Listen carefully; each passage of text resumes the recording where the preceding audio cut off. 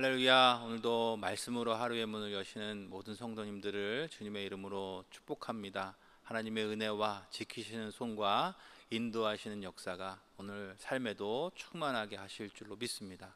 오늘 함께 읽을 말씀은 신약성경 야고보서 2장 1절로 10절까지의 말씀입니다. 내 형제들아, 영광의 주 곧 우리 주 예수 그리스도의 대한 믿음을 너희가 가졌으니 사람을 차별하여 대하지 말라. 만일 너희 회당에 금가락지를 끼고 아름다운 옷을 입은 사람들이 들어오고 또 남루한 옷을 입은 가난한 사람이 들어올 때에 너희가 아름다운 옷을 입은 자를 눈여겨보고 말하되 여기 좋은 자리에 앉으소서 하고 또 가난한 자에게 말하되 너는 거기 서 있든지 내 발등상 아래에 앉으라 하면 너희끼리 서로 차별하며 악한 생각으로 판단하는 자가 되는 것이 아니냐. 내 사랑하는 형제들아, 들을지어다. 하나님이 세상에서 가난한 자를 택하사 믿음에 부요하게 하시고 또 자기를 사랑하는 자들에게 약속하신 나라를 상속으로 받게 하지 아니하셨느냐. 너희는 도리어 가난한 자를 업신여겼도다. 부자는 너희를 억압하며 법정으로 끌고 가지 아니하느냐. 그들은 너희에게 대하여 일컫는 바 그 아름다운 이름을 비방하지 아니하느냐. 너희가 만일 성경에 기록된 대로 내 이웃 사랑하기를 내 몸과 같이 하라 하신 최고의 법을 지키면 잘하는 것이거니와 만일 너희가 사람을 차별하여 대하면 죄를 짓는 것이니 율법이 너희를 범법자로 정죄하리라. 누구든지 온 율법을 지키다가 그 하나를 범하면 모두 범한 자가 되나니. 아멘. 오늘 이 말씀을 중심으로 차별과 구별이라는 제목 가지고 말씀을 나누기를 원합니다. 성경이 우리 그리스도인들에게 이야기하는 중요한 것은 세상과는 다른 삶을 살아가야 한다라는 것입니다.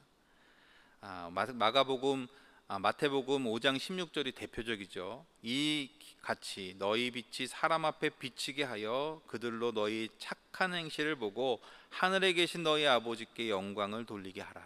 이렇게 다른 삶을 살아가라, 구별된 삶을 살아가라, 그렇게 말하는 것이 오늘 우리의 삶의 모습인 줄로 믿습니다.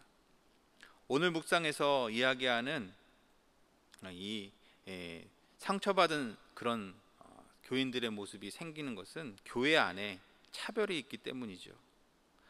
구별이 아닌 차별, 그 차별이 있기 때문에 오늘 이런 상처받은 사람들이 생기기도 하는 그런 불편한 현실이 있습니다. 신앙생활에는 다른 이들도 중요합니다. 나만이 중요하게 생각하는 것은 결코 신앙생활이 아닙니다.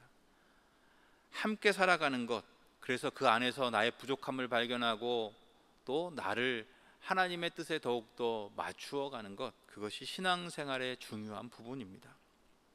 혼자 신앙생활 할 수 없이 공동체로 우리를 부르신 목적이기도 하죠. 그렇게 우리는 함께 공동체로 하나됨 가운데 다른 삶을 살아가는 사람들인 줄로 믿습니다. 그러나 그것이 다른 부류의 사람들처럼 오늘 말씀처럼 좋은 옷을 입은 사람을 대하는 모습과 또 그렇지 않은 옷을 입은 사람을 대하는 모습과 이렇게 차별을 하는 모습이 그렇게 차별을 하라는 의미가 아니라 어떤 순간에서도 함께 동일하게 주 앞에 나가는 모습이 되어야 할 줄로 믿습니다. 그렇게 차별과 구별을 온전히 분별하며 살아가기 위해서 그렇게 우리는 어떤 삶을 살아가야 할까? 오늘 세 가지 말씀을 나누면서 은혜를 나누기를 원합니다. 그 첫 번째는 차별과 구별을 분별해야 한다 하는 것입니다. 이것은 좀 어려운 문제일 것 같아요. 차별과 분별을 어떻게 구별해야 할까? 차별과 구별, 이것을 어떻게 분별할 것인가? 하나의 예를 통해서 생각해 보면 쉬운 일이 되더라고요. 워터파크에 가니까 이런 문구가 있었습니다. 이곳은 130cm 이하는 이용할 수 없습니다. 이 문구는 차별을 위한 것이 아니죠. 130cm가 되지 않은 사람이 이것을 이용하면 위험하기 때문에 그것을 구별해서 그 사람을 보호하기 위해서 정해놓은 문구일 것입니다. 그런데 이것이 차별이 되는 경우가 발생할 수 있습니다. 130cm가 안 되지만 그것을 컨트롤하는 사람이 수영을 잘한다는 이유로 혹은 내 가족이라는 이유로 그냥 넘어가 버리면 이것은 구별이 아니라 그때부터 차별이 됩니다. 이거와 같이 모두에게 적용하면 그것은 구별이 되지만 나에게 혹은 누군가에게 그렇게 초점을 맞춰서 일부만을 적용하면 그것을 차별이 되어 버리는 것입니다. 근데 오늘 우리의 모습은 어떻습니까? 신앙생활을 하는 우리의 모습 가운데서도 그런 모습이 있다는 거예요.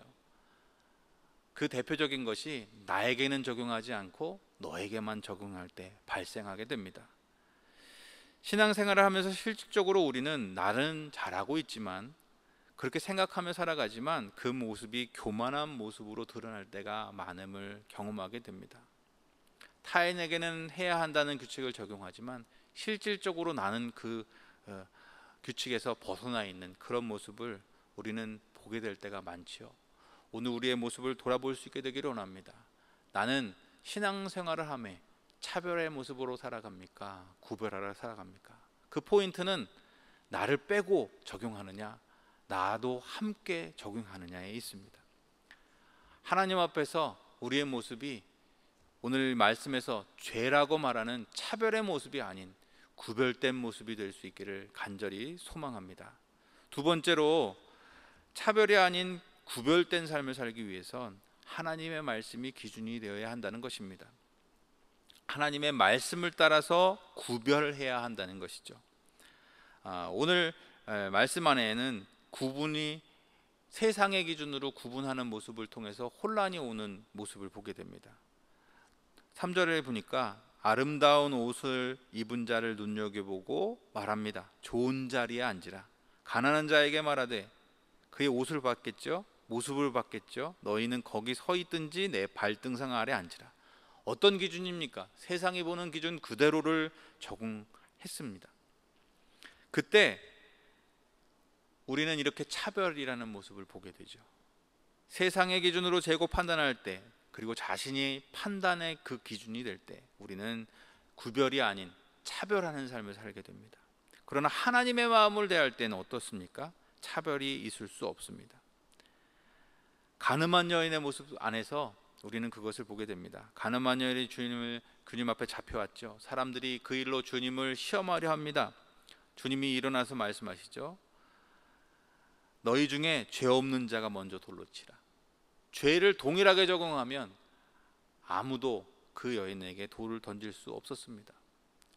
나를 빼지 않고 나까지 그것에 포함시키면 나의 죄나 이 여인이 지은 죄나 같은 죄가 되어버린다는 거예요. 주님의 마음을 우리 안에 적용할 때 우리의 모습은 어떻게 드러납니까? 주님 앞에서 우리는 모두 죄인으로 드러납니다. 그리고 주님 안에서 우리는 모두 품을 존재로 드러납니다. 그렇게 하나님의 말씀이 기준이 될 때 우리는 차별이 아닌 구별된 삶을 살아갈 수 있게 됩니다. 오늘 모습 안에서도 주님의 마음이 이들의 마음 가운데 있을 때, 그것이 분별의 기준이 됐을 때 그들은 하나님이 사랑하셔서 택하신 자였던 이 가난한 자들을 차별하는 모습이 아니라 끌어안는 모습이 되었을 것입니다. 오늘 우리의 삶의 현장에서 이런 은혜가 펼쳐져 갈 수 있기를 간절히 소망합니다. 하나님의 말씀이 기준이 되어서 모두를 끌어안을 수 있는 하나됨의 모습으로 주 앞에 살아갈 수 있는 우리의 모습이 될 수 있기를 간절히 소망합니다. 마지막으로 세 번째, 차별과 구별을 하며 살아가는, 온전히 분별하며 구별된 삶을 살아가기 위해서는 온전함을 유지해야 한다는 것입니다. 오늘 말씀은 하나를 어기면 다 어기는 것과 다름없다라고 말합니다. 그것은 우리가 온전해야 한다는 것입니다. 그 이유를 성경은 분명히 말합니다. 마태복음 5장 48절이죠. 그러므로 하늘에 계신 너희의 아버지의 온전하심과 같이 너희도 온전하라. 그런데 안타깝게 우리는 온전할 수 없는 자입니다. 존재 자체가 우리가 죄와 하나가 되었을 때부터 우리는 온전할 수 없습니다. 스스로는 그 온전함에 이룰 수 없습니다. 단지 선한 싸움을 하면서 씨름을 하며 살 수 있을 뿐입니다. 그거에 우리의 최선입니다. 그럼에도 성경은 우리에게 온전하라고 말합니다. 그럴 수 있기 때문이겠죠. 그러면 언제 우리가 온전하여질 수 있습니까? 주님 안에 있을 때만입니다. 히브리서 10장 14절이죠. 그가 거룩하게 된 자들을 한 번의 제사로 영원히 온전하게 하셨느니라.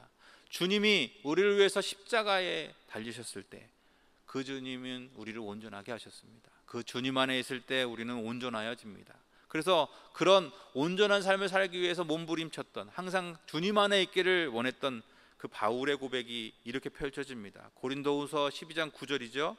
나에게 이르시기를 내 은혜가 내게 족하도다, 이렇게 말하면서 바울이 말합니다. 내 능력이 약한 데에서 온전하여짐이라 하신지라. 왜입니까? 약할 때 그리스도의 능력이 그에게 머물기 때문입니다. 사랑하는 여러분, 우리는 주님 앞에 온전함으로 서야 합니다.